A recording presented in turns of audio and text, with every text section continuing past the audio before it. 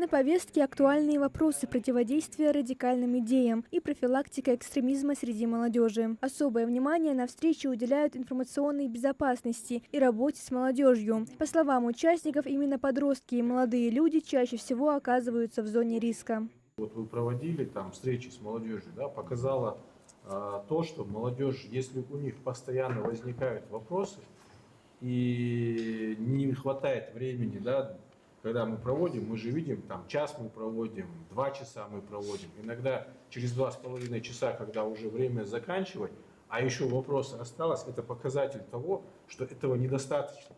То есть необходимо, да, там, может быть, через неделю, через 2 недели еще раз собрать, еще раз пригласить.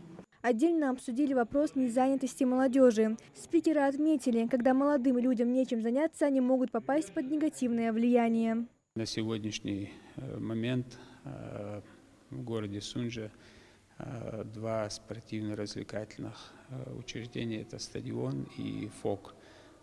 Для населения численностью 66 тысяч жителей это очень мало.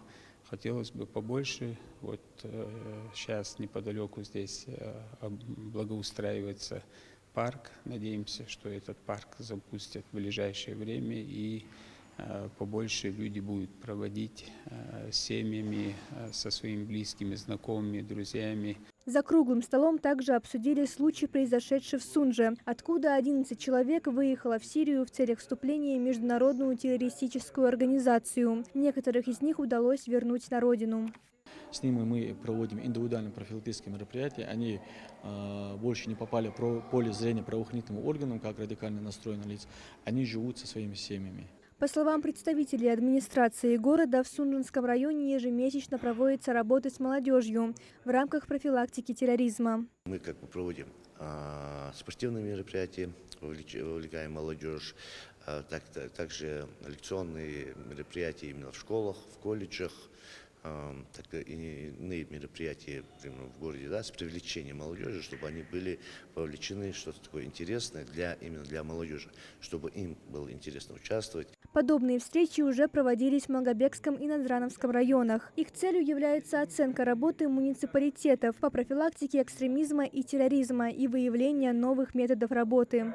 Сегодня важность нашей деятельности, она, конечно же, показательна. И то, что у нас молодежь сегодня все меньше и меньше участвует в какой-то противоправной деятельности, это как раз-таки показатель нашей работы. В завершении встречи участники подчеркнули, борьба с терроризмом невозможна без взаимодействия всех структур и активного участия граждан. Главная цель встречи достигнута, выработаны решения, которые должны усилить безопасность республики. Мария Амбата, Сулейман Костоев, Магаз 24.